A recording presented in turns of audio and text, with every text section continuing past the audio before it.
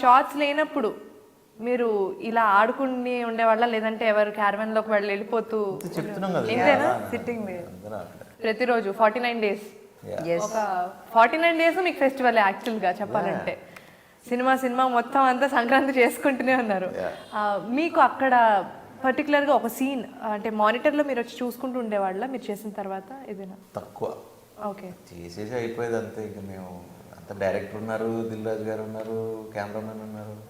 ఇప్పుడు అంటే జనరల్గా ఇప్పుడు మీకు ఒక సీన్ వచ్చి డైరెక్టర్ గారు ఇలా చేయాలి అని అంటే ఇలా చేయాలి అని చెప్పడం కాదు, కానీ ఇది ఈ సీను అని మీకు చెప్పినప్పుడు ఎంతవరకు లైక్ మీరే మీకు మీ అంతటి మీరే ఆ సీన్ ఇంప్రవైజ్ చేస్తూ చేయడం, అంటే ఆయన చెప్పింది కాకుండా ఇలా చేస్తే బాగుంటుందేమో అని మీరే? It's mutual both ways. అంటే కొన్నిసార్లు వాళ్ళు చెప్పేది కరెక్ట్గా బాగుండొచ్చు, కొన్నిసార్లు మేము చెప్పేది బాగోవచ్చు.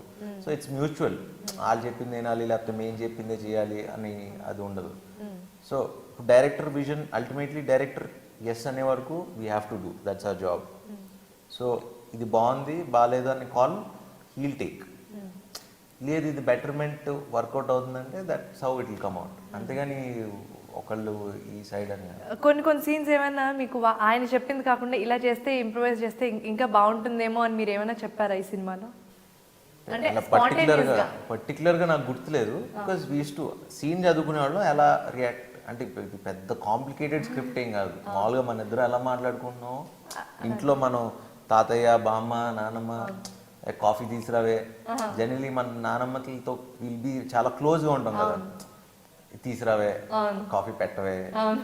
సో అంతేగాని ఇట్ ఈస్ నథింగ్ మేము సపరేట్గా కష్టపడిపోయి యాక్టింగ్ చేయాలి లేకపోతే మెలో డ్రామా ఏమి ఉండదు.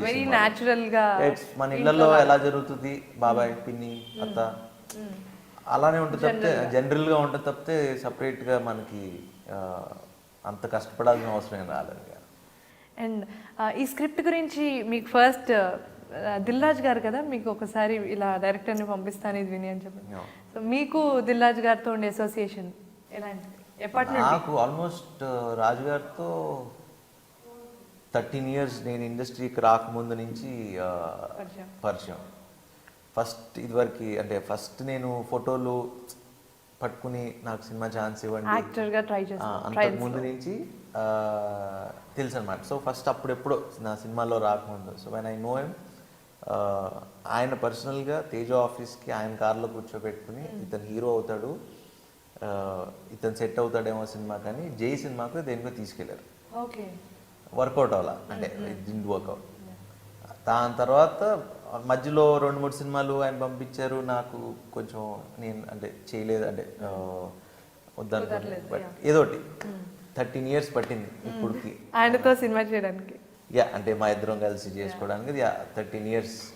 అండ్ అలాంటిది ఒక మంచి సినిమా పడింది.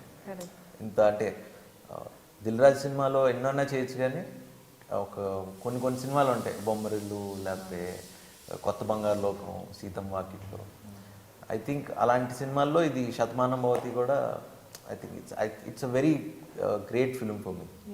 యా గర్వంగా నా కెరియర్లో నిలిచిపోయే సినిమా ఇది. Definitely a great film with a very nice, I don't say it as a message, but జనరల్గా కామన్గా ప్రతి ఒక్కరు తెలుసుకోవాల్సిన విషయం మర్చిపోతున్నదాన్ని మీరు మళ్ళీ గుర్తు చేశారు. ఖచ్చితంగా సినిమా చూసిన తర్వాత 2 జరుగుతాయి.